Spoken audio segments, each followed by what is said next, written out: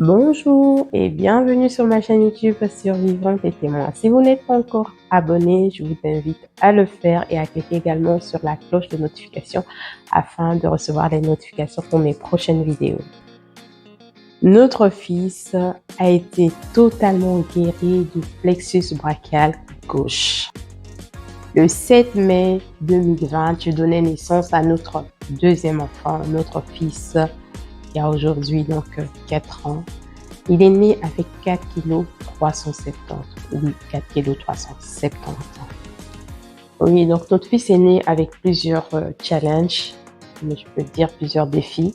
On dit un accouchement n'est pas un autre. Autant la naissance de notre première fille a été, tout s'est bien passé, il n'a pas eu de problème de santé, autant nous avons eu plusieurs challenges avec le second, plus pendant la période de Covid.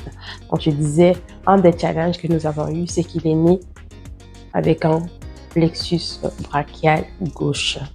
C'est-à-dire qu'à sa naissance, en fait, lors de l'accouchement, plusieurs nerfs de son plexus avaient été endommagés. C'était donc au niveau de son bras gauche, particulièrement au niveau de l'épaule. Donc selon les médecins, même avant que les médecins nous annoncent leur diagnostic, c'est qu'on voyait déjà que le bras gauche de l'enfant ne bougeait pas assez. Le premier jour, le deuxième jour, toujours la même situation. Donc ce qui se passait, c'est que voilà, on voyait on voyait bien clairement la différence entre son bras droit et son bras gauche. Le gauche, il suivait pas le mouvement en fait. On voyait qu'il y avait un problème, que son bras était, c'était léger, j'ai envie de dire. Il n'y avait pas de maîtrise de mouvement en quelque sorte. Donc il pouvait pas, on ne savait même pas s'il avait des sensations ou pas parce que on voyait qu'il bougeait bien le bras droit, mais l'autre, il se passait rien en fait. Donc, ce qui se passe, que voilà, 2-3 jours après sa naissance, à la sortie, les médecins nous annoncent que voilà, c'est un cas qui arrive rarement et que quand ça arrive, généralement, il faut avoir un kiné, qui est spécialisé pour ce genre de cas. Et donc, du coup, en premier temps, elle nous a montré comment il fallait habiller l'enfant, par où il fallait commencer, par où il fallait finir. Donc, on a pris le temps de filmer à la sortie comment est-ce qu'on devait faire attention lorsqu'on devait l'habiller pour pas trop faire de mouvement avec ce bras gauche-là. Chose que voilà, quand on est rentré à la maison, on devait faire. Et la même semaine, à la fin de la même semaine de sortie, nous devions commencer avec des séances de kiné. Et donc, nous a prescrit des séances de kiné avec un kiné spécialisé dans ce genre de cas que eux-mêmes nous avaient proposé à l'hôpital. Donc, on a commencé les séances de kiné. Déjà, la première séance de kiné, le kiné nous dit « Ah, madame, monsieur, on voit que c'est quand même assez grave.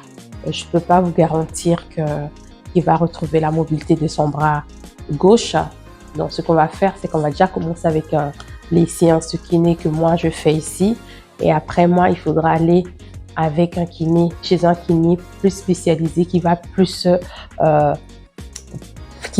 aller au niveau des nerfs, qui va plus traiter les nerfs parce que c'est les nerfs qui ont été touchés.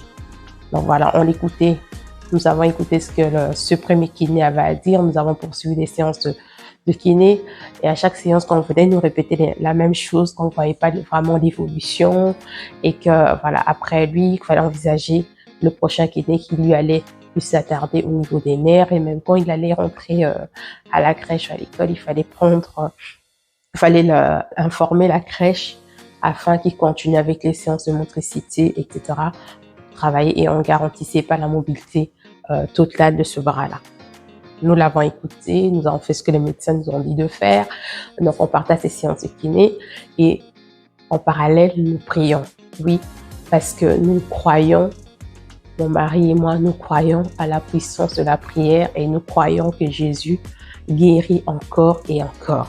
Donc, on partait à ces séances de kiné, on associait à ça la prière, on priait de manière fervente, en tout cas de manière fervente à la maison, dans l'unité avec mon mari. Et on continuait nos séances. Quand on arrivait vers la 8e, 9e séance, c'est là le discours du Kenya a commencé à changer en disant « Ah, on voit quand même qu'il y a il y a de l'évolution. Il y a de l'évolution, on va voir. On va voir sur les 2 prochaines séances, parce qu'ils avaient d'ailleurs presque des séances, et après on devait aller chez l'autre kiné qui lui allait plus s'attarder au niveau des nerfs. Quand on arrive à la 9e séance, voilà, le kiné me dit « Ah, on voit qu'il y a vraiment d'évolution. » Effectivement, nous aussi à la maison, on a commencé à voir l'évolution. Et Dieu a fait grâce. Dieu a fait grâce parce que il nous a dit oui, maintenant on voit que ça va mieux. Je pense que vous pouvez poursuivre avec plus des séances de motricité avec l'école, avec la crèche quand il rentre en crèche, à la maison, continuer aussi à faire simplement attention. Donc voilà que le petit, on a fait les 10 séances de kiné, on a fait les 10 séances avec le premier kiné qui a trouvé que ce n'était plus indispensable d'aller voir le kiné qui lui allait s'attarder au niveau des nerfs. Nous avons déjà rendu grâce à Dieu pour cette victoire avant qu'on voyait que voilà, sa mobilité de son bras gauche avait nettement amélioré. C'était presque équivalent, on voit encore la différence, mais c'était équivalent avec le côté droit. Par la grâce de Dieu, au bout de quelques semaines, il est rentré à la crèche. Sincèrement, nous, on a continué juste à prier, à rendre grâce à Dieu, à invoquer le sang de Jésus sur son bras gauche. Parce qu'on dit, si c'est pas la volonté de Dieu, il sortira de là sans aucun séquelle. Et oui, Dieu a fait grâce. Il est sorti de là sans aucun séquelle. Et aujourd'hui où je vous parle, notre fils, il a 4 ans, bientôt il aura 5 ans au mois de mai 2025, il aura 5 ans. Nous ne savons même plus faire la distinction entre le bras droit et le bras gauche pour dire que Jésus guérit encore aujourd'hui. Donc, si vous avez une situation dès la naissance de l'enfant, une situation qui perdure, croyez que Dieu peut guérir. Jésus qui a fait pour nous dans cette situation-là, qui a guéri notre enfant de cette situation-là, et encore d'autres situations que j'aurai le temps de témoigner, sachez que ce Jésus-là peut aussi agir dans vos vies, peut aussi agir dans vos quotidiens, peut aussi également agir dans la santé de votre enfant. Ne perdez pas espoir, gardez espoir et croyez que Jésus peut encore guérir.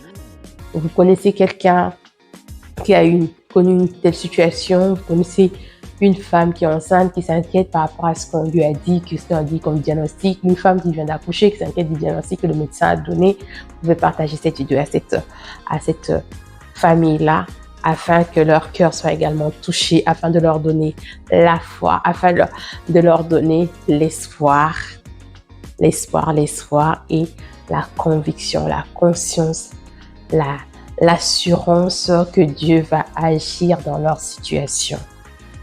N'hésitez pas à partager, à liker. Et je vous dis à la prochaine vidéo pour d'autres témoignages encore.